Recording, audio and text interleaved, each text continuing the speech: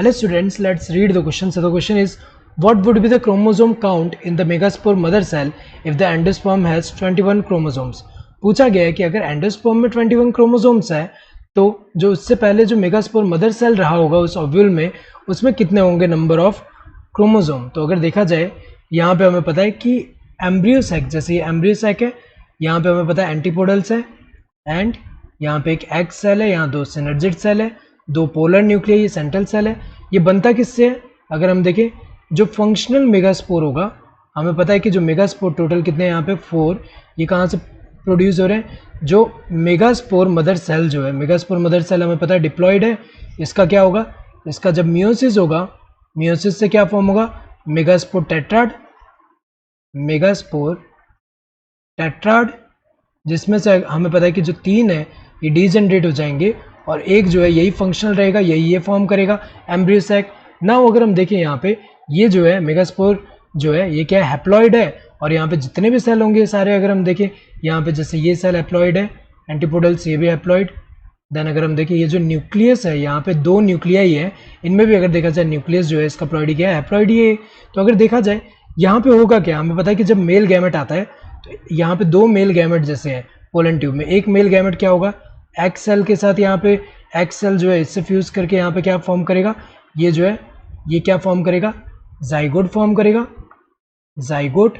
तो अगर देखा जाए यहाँ पे मेल गैमेट जो है, मेल गैमेट प्लस यहाँ पे जो एग सेल है, एग सेल, ये हमें पता है कि ये हैप्लॉइड है, ये भी हैप्लॉइड है एंड ये फॉर्म करेगा जाइगोट जो कि क्या होगा? डिप्लॉइड होगा. दूसरा जो ये मेल गैमेट है ये फ्यूज होगा 2 पोलर न्यूक्लियाई के साथ. और इसमें क्या होता है? मेल गैमेट किसके साथ फ्यूज हो रहा है? मेल गैमेट फ्यूज होगा किसके साथ? मेल गैमेट हमें पता है हैप्लॉइड होगा, फ्यूज होगा 2 पोलर न्यूक्लियाई के साथ, 2 पोलर न्यूक्लियाई के साथ. और यहाँ पे हमें पता है कि हैप्लॉइड एंड हैप्लॉइड ऐसे 2 है, तो ये पूरा क्या फॉर्म करेगा? जो यहाँ पे अगर हम देखिए जो सेल है फ्यूजन के बाद जो ये पूरा सेल है सेंट्रल सेल, ये क्या फॉर्म कर देगा? ये अगर हम देखें इस पूरे से क्या फॉर्म हो जाएगा? यहाँ पे प्राइमरी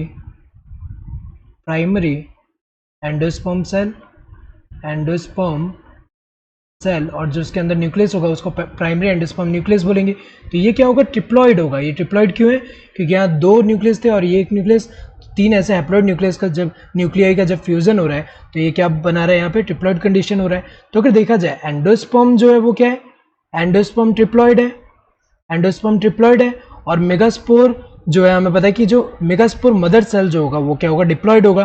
तो अगर देखा जाए जब एंडोस्पर्म जो है डिप्लॉइड है, इसमें टोटल नंबर ऑफ क्रोमोसोम 21 है, तो हमें पता है n कितना होगा? n equals to 21/3 equals to 7. मतलब यहाँ पे कितने? 3 सेट ऑफ 7 क्रोमोसोम, 7 क्रोमोसोम के 3 सेट है.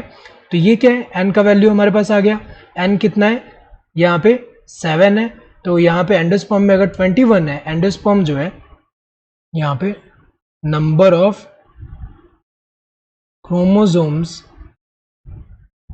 इन एंडोस्पर्म, एंडोस्पर्म में अगर 21 है यहाँ पे, तो हमें पता है कि हैप्लॉइड जो है यहाँ पे n कितना होगा? 7 आ गया. अगर n 7 आ गया तो हमें पता है कि जो मेगास्पोर मदर सेल होगा, मेगास्पोर मदर सेल हमें पता है कि डिप्लॉइड होता है.